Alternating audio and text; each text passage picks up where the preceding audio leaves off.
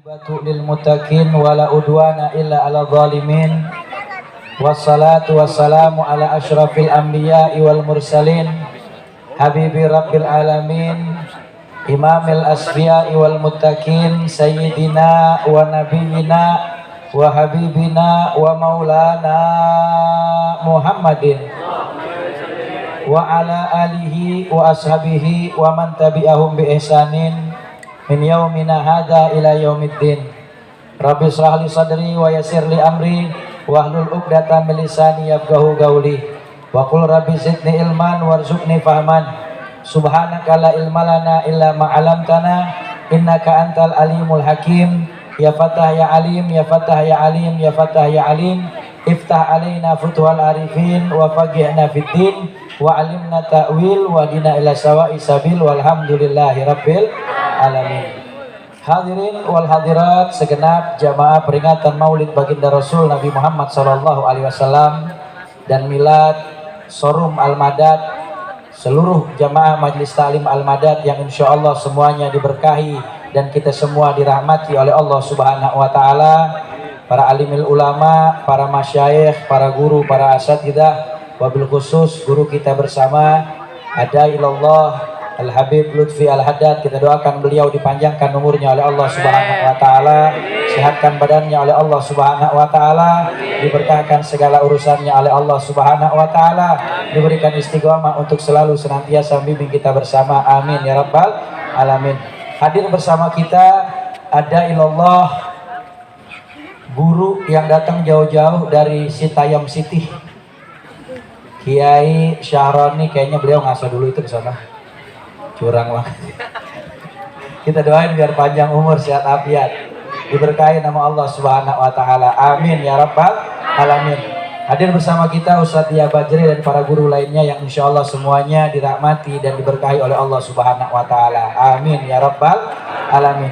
Hadirin wal hadirat sekalian yang dirahmati oleh Allah Subhanahu wa Ta'ala, tidak berpanjang kalam, di dalam pertemuan kita malam hari ini saya mau kasih 3 resep dari Nabi Allah Ibrahim alaihissalam.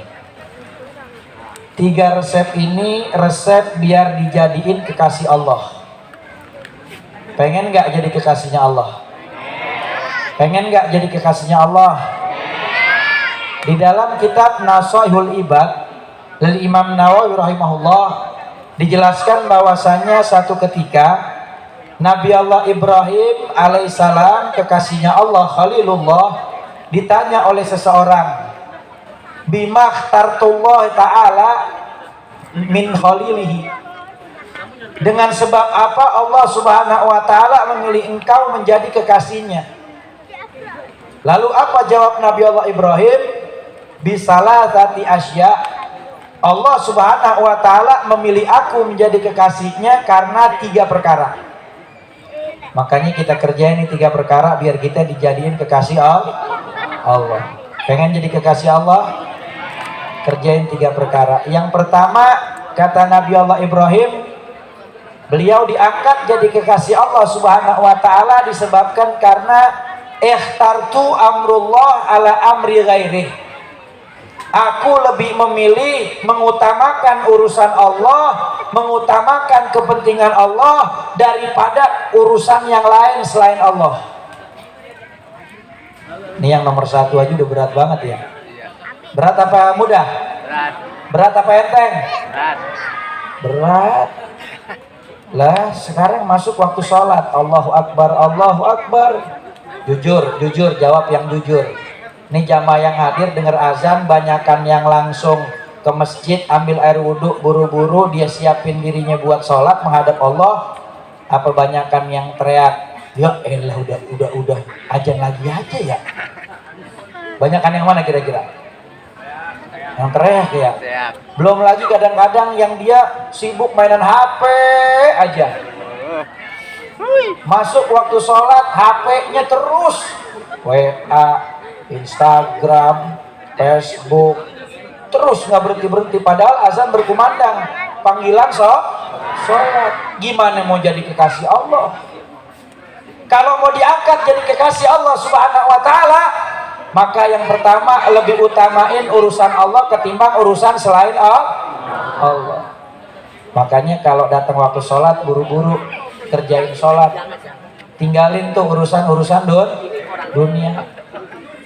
Kalau kita cinta sama Allah Subhanahu wa Ta'ala, pengen jadi kekasih Allah, maka lebih utamakan urusan Allah ketimbang urusan selain Allah. Dan saya yakin jamaah Majlis Al-Madad cinta sama Nabi Muhammad, karena lebih mengutamakan Nabi Muhammad ketimbang selain Rasulullah. Makanya duduk di majlis ini istiqomah dalam keadaan apapun, duduk di majlis ilmu. Tandanya cinta sama Nabi Muhammad.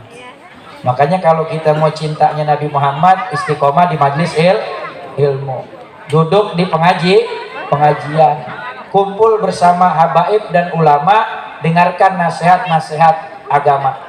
Kenapa? Itu tanda cinta kita sama baginda Rasul Nabi Muhammad. Itu yang pertama. Kalau pengen diangkat jadi kekasih Allah, duluin urusan Allah ketimbang urusan yang lain.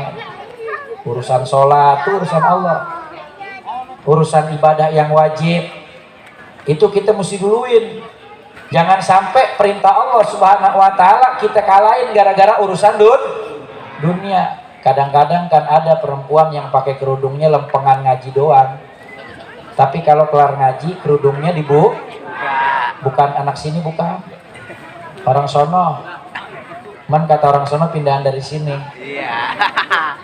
Orang nutup aurat itu kan perintah Allah. Jangan pakai bilang nggak apa dah, saya mah nggak pakai kerudung, yang penting kan alaknya baik. Lah salah. Lalu gimana mau dibilang baik? Orang perintah Allah jadi nggak kerjain, betul nggak?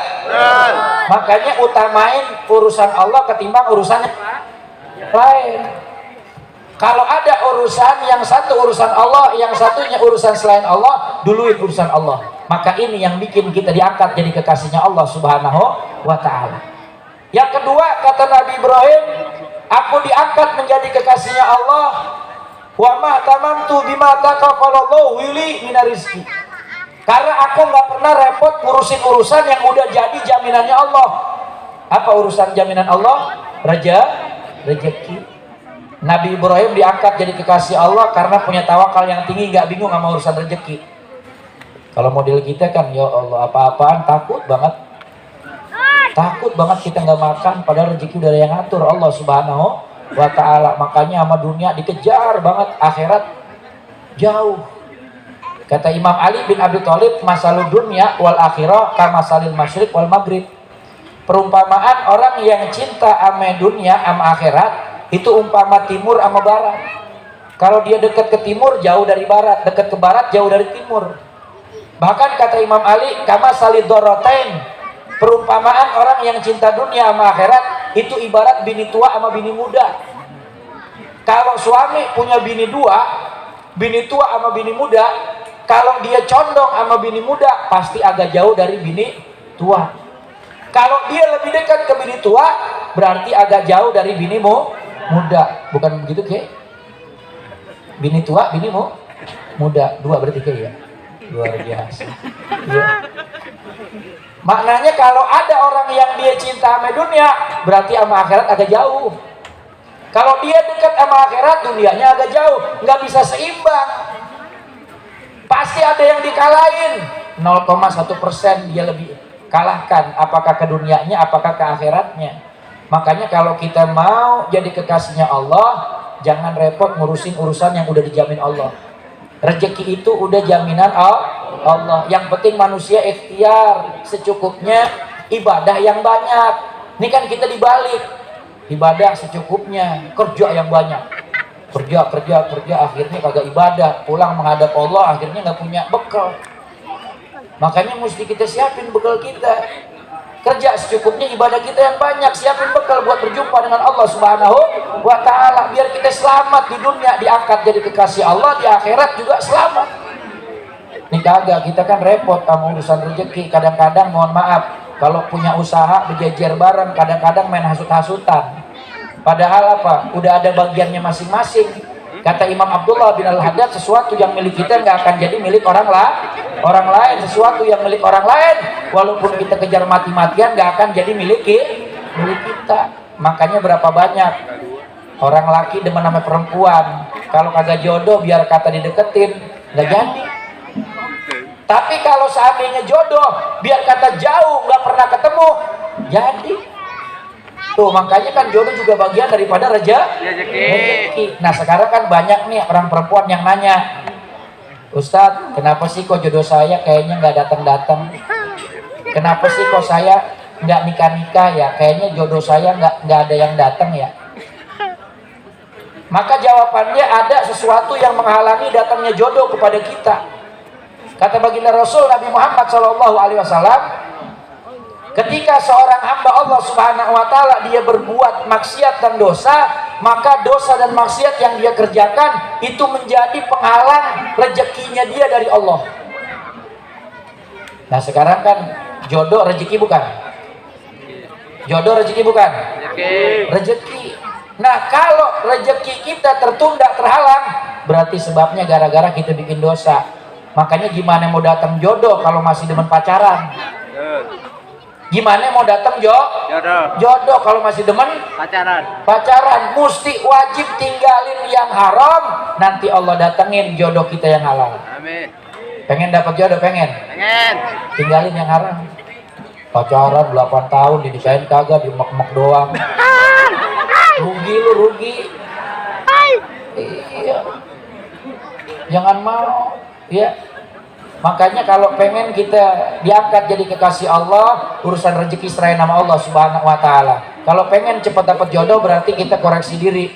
Dosa-dosa kita bersihin dengan cara istighfar, mohon ampun kepada Allah, taubatan nasuha, perbaikin diri, jadi anak yang soleh, jadi anak yang solehah. Nanti Allah deketin jodoh yang soleh dan solehah. Amin. Yang ketiga, kalau pengen jadi kekasih Allah, kata Nabi Ibrahim, aku diangkat jadi kekasih Allah dengan sebab yang ketiga. Wa ma tagadaitu wa ma ta'asyaitu illa ma'adhaif. Tidak pernah aku makan siang atau makan malam kecuali pasti bareng sama tamu. Jadi nggak pernah Nabi Ibrahim makan sendirian. Pasti beliau ngajak tamunya buat makan.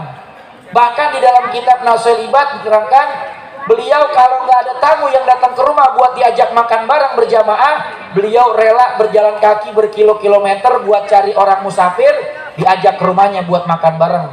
Allahu Akbar. Ini ajarannya baginda Rasul Nabi Muhammad. Makanya kita begitu. Ini kita kagak, kalau punya makanan diem-diem, nggak ngebagi orang, giliran kita susah minta makanan orang. Bukan orang sini ya, bukan ya? Bukan orang sono. Makanya ikutin apa yang Nabi Ibrahim ajarin biar kita jadi kekasih Allah Subhanahu Wa Taala. Kata Nabi, afdhalus shadaqah antus bidaka bidan, jaian paling afdolnya sedekah ngenyangin perut orang lapar. Makanya kalau kita punya rezeki, berbagi sama orang yang lapar, di situ ada ridhonya Allah, ada pandangan baginda Rasul Nabi Muhammad. Mudah-mudahan kita bisa mengamalkan 3 amalia ini agar kita menjadi kekasih Allah, menjadi kekasih baginda Rasul Nabi Muhammad SAW. Selamat dunia akhirat. Amin ya rabbal alamin. Kurang lebihnya saya mohon maaf. Adalah aku majmain. Walakum minkum. Assalamualaikum warahmatullahi wabarakatuh.